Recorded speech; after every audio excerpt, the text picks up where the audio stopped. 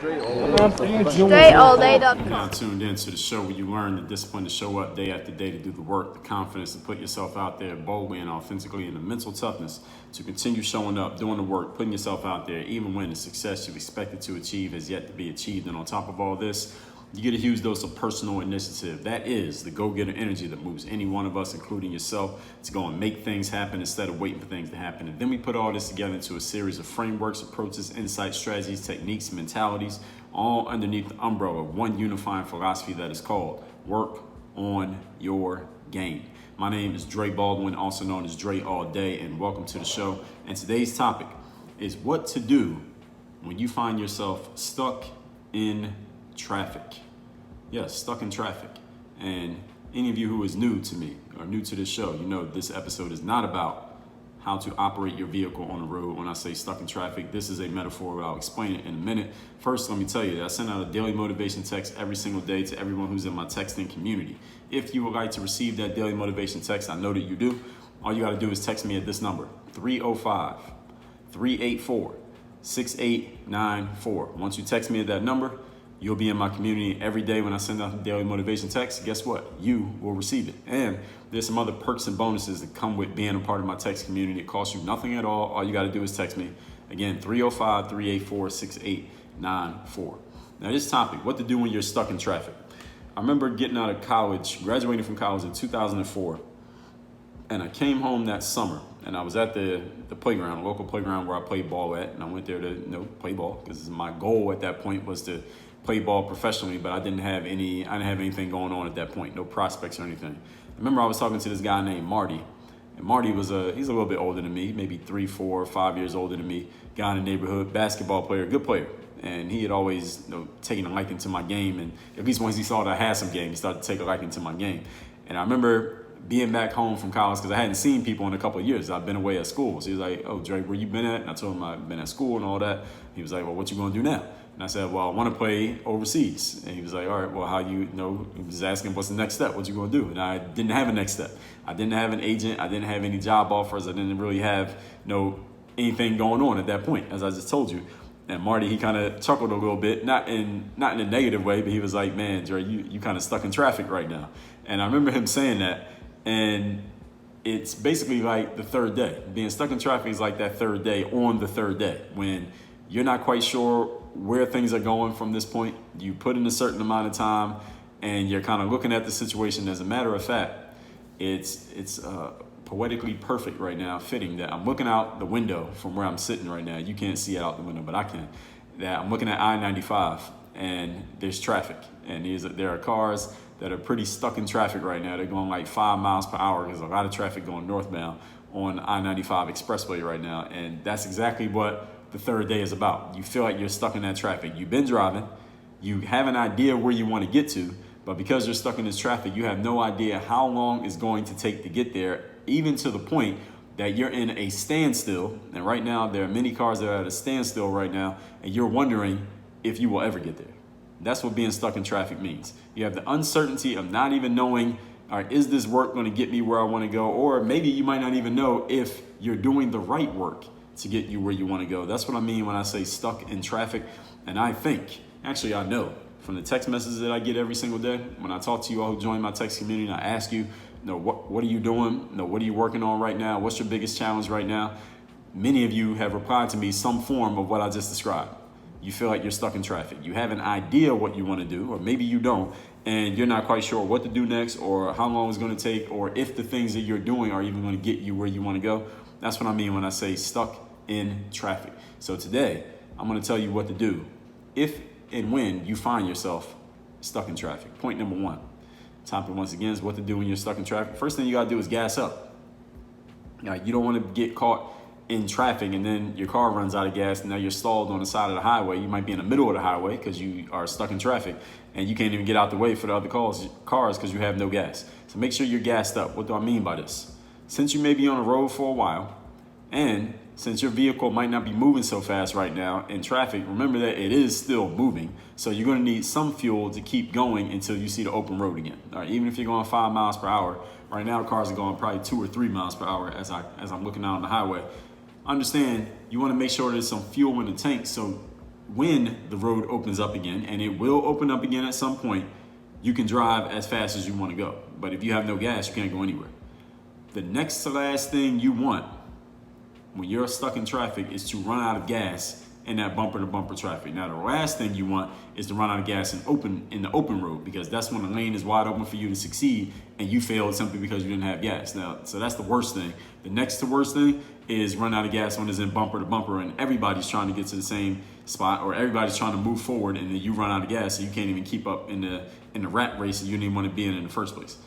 What this means is the following. You need to keep your mind sharp and focused on the destination, because the journey at certain points is not always going to look so great. That's what it means to stay gassed up. So when I tell you to gas up when you're stuck in traffic, it means keep your mind focused on where you want to go, i.e. the destination, not always on the journey, because there are going to be some points on that journey that things are not looking good. There are going to be some points on the journey that if you just looked at the journey and the point that you're at right now, any reasonable, logical person would say, what the hell are you doing? You might as well quit, because this ain't working. And there will be points on your journey when you feel exactly like that. There'll be points and maybe people around you who will tell you exactly that. And there'll be times when it seems completely reasonable to follow through on that advice. That's why gassing up means keeping your mind focused on where you really want it to be. As I talked about in episode 2023, the life-changing 48-hour experiment. This is when you need to start the life-changing 48-hour experiment. Any period when you're thinking about, let me just jump off the highway here and just start walking back in the other direction, because this clearly ain't working. Or turn around on the highway if you can. I-95, they had dividers, so you can't. But turn around the highway and going back home, because you clearly ain't getting to where you thought you were going to go. That's what I mean when I say gassed up. And if you have not listened to episode 2023 at least 5 times, I would suggest you listen to it again. That is the life-changing 48-hour experiment that will change your life, literally change your life, if you can go 48 hours doing what I tell you to do in that episode. Go listen to it again if you haven't listened to it again yet.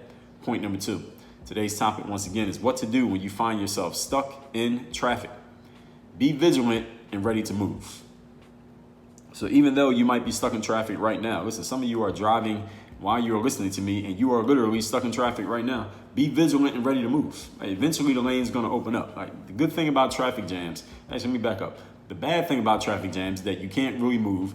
It slows everything down. You're sitting there, you're looking around, depending on what kind of vehicle you're in. If you're in a coupe, you can't even see over top of the car in front of you. You can't see around the truck, or it might be a bus next to you. So you can't even see what the hell is backing up all the traffic. You're beeping your horn, don't even know what you're beeping at. I see people doing this all the time. When I'm walking and I see traffic jams and people are beeping their horns, they can't even see what they're beeping. They're just beeping because they just want people to move faster. That's the bad thing about being in a traffic jam. Here's a good thing about a traffic jam is that they never last forever. I've never seen a traffic jam last forever. Eventually, every traffic jam opens up simply because everybody who is involved in the traffic jam has somewhere to be. Very few people who are in a traffic jam are in the traffic jam just because they ain't got nothing better to do and they just want to be sitting in their car experiencing what it feels like to be in a traffic jam. Very few people are in traffic jams because of that. Most people are in traffic jams because they have somewhere to be and they just happen to get jammed up with everybody else who's on the road. So since everyone has somewhere to be, everyone is incentivized to move through the jam as quickly as possible. That's a good thing about a traffic jam, is that everyone else is incentivized to get out of your way just like you're incentivized to get out of their way. All right, they do eventually clear out and everybody can move again. So when you find yourself stuck in traffic, pay attention. All right, don't fall asleep at the wheel, literally. Don't fall asleep at the wheel metaphorically, because your opening might come sooner than you think, or it may come from an angle that you didn't even expect it to come from. That's the good thing about a traffic jam, is that you may see an opening somewhere, but if you're not paying attention, you can't grab that opening when it opens up. You follow me? So you got to think like a boxer. If you watch boxing or any kind of combat sport, any kind of combat fighting sport, you got to think like that fighter. Keep your hands up.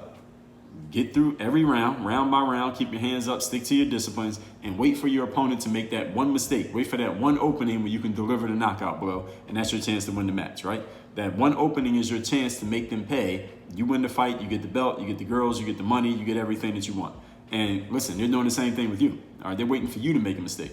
They're waiting for you to fall asleep at the wheel. They're waiting for you to lower that guard hand and give them the opening that they need so they can deliver the knockout blow. So do not fall asleep at the wheel. That's the second thing you got to do when you catch yourself stuck in traffic. Point number 3. Speaking of what I just said in point number 2, Topic once again is what to do when you find yourself stuck in traffic. Speaking of such, number 3, take any available route that allows you to move forward towards the desired destination.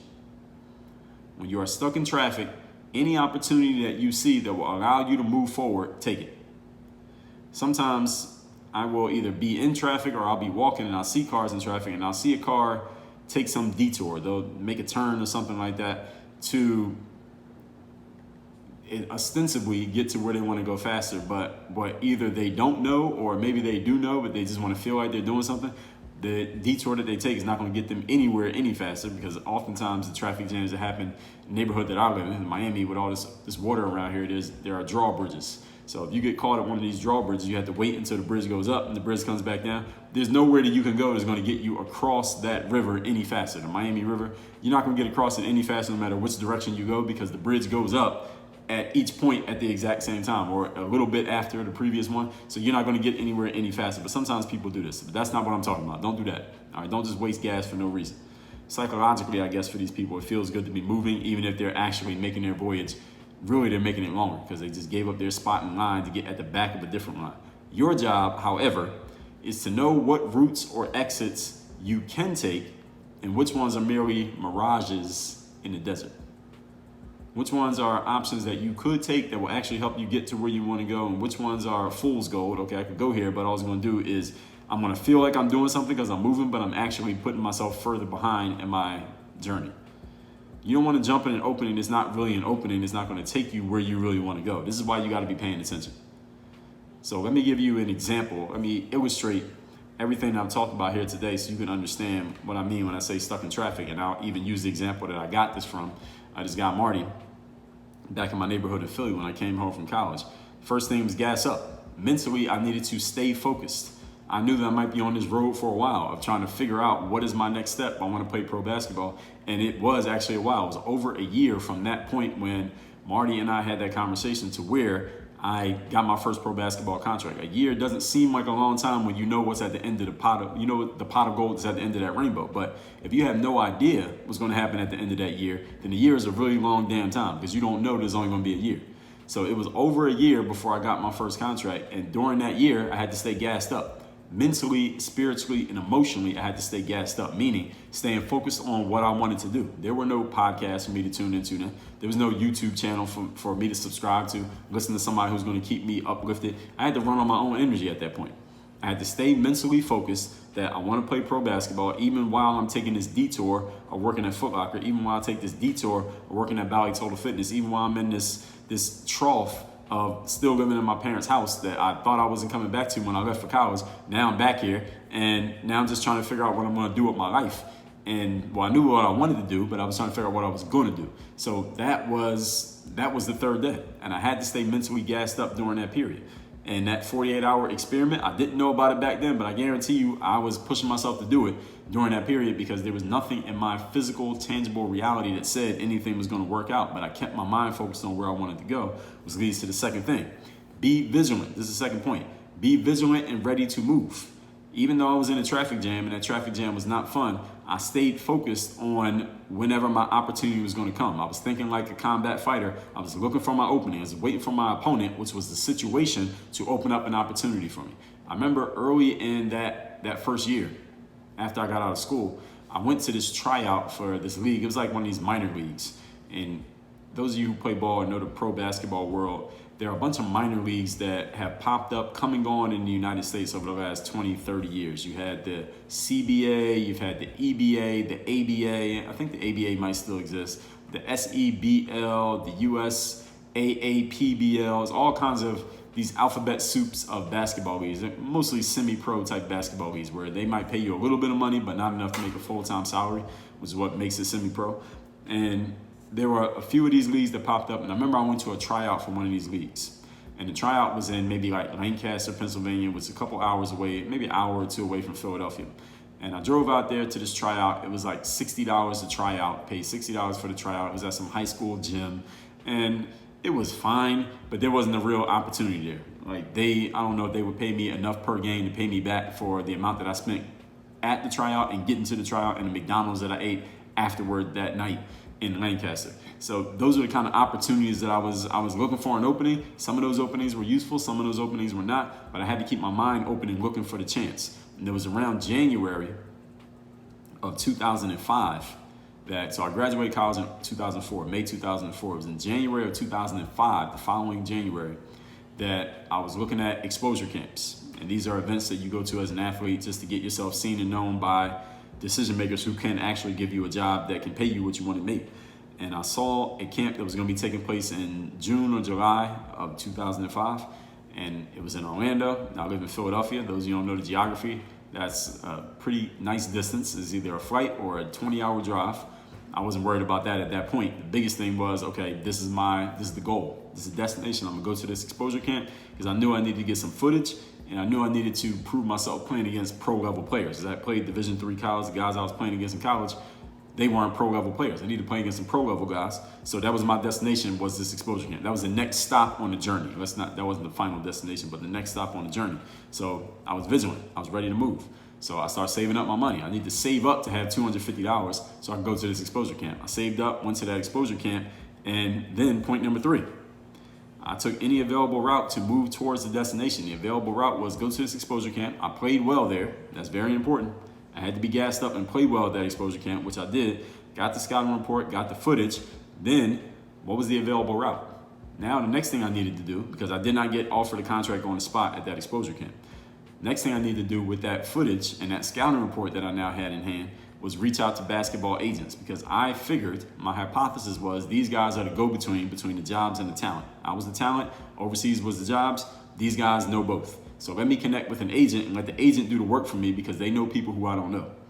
I started reaching out to agents. This is the next step. I had to stay gassed up, mentally focused and positive about getting that opportunity, looking for any chance. I called like 60 agents, cold calls, 60 agents. Then one agent was interested in signing me after I sent out my footage to about 20 of them. One agent was interested in signing me. That was my opportunity. He was the available route to move towards my destination. Now, just because I signed with an agent does not mean I'm playing pro basketball. It just means I have an agent. Agent still has to get you a job. The agent eventually found me a job. It took him didn't take him long, actually about 2-3 weeks. He found me a job. Now again, 2-3 weeks doesn't seem like a long time, does it? But if you don't know that it's only going to take 2 to 3 weeks, 2 to 3 weeks is a pretty long time. Because I was just sitting there, I'm at Valley Total Fitness working. I had no idea that this guy's going to come through with an opportunity. I was just hoping that he did. So he came through with an opportunity, I got signed, and that's how I got into pro basketball. So all of those points, I'll recap them one more time just in case you didn't notice. I was recapping there. What do you do when you get stuck in traffic? Number 1, gas up. You might be on the road for a while. You got to stay mentally focused on where you want to go. Number 2, be vigilant and ready to move. Traffic jams are not fun, but the good thing is they eventually clear up because everybody has somewhere to go. Number 3, take any available route to move towards your destination. Your job is to know what routes or exits can take you to somewhere versus what is merely a mirage in the desert. You might not always know, but sometimes through activity knowledge you learn. And trust me, I made that story sound very succinct and simple and connect the dots and very easy. And I can make it easy for you now because I've been through it. But understand, in that process, I went to a bunch of tryouts. I went to a bunch of exposure camps. I talked to a bunch of agents. I sent my footage out to a bunch of people and got absolutely nothing in exchange for it.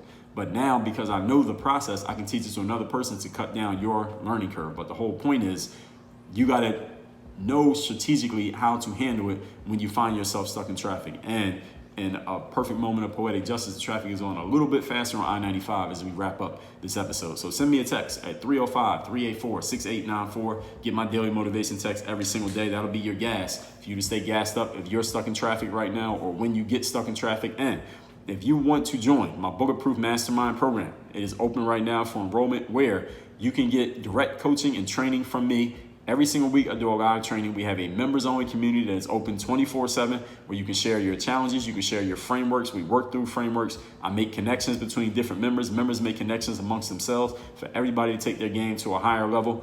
That is all available for you to take a look at and get started in by going to workonyourgameuniversity.com. Just click the button for the Bulletproof Mastermind. You can get started today. Work on your game. Dre all day.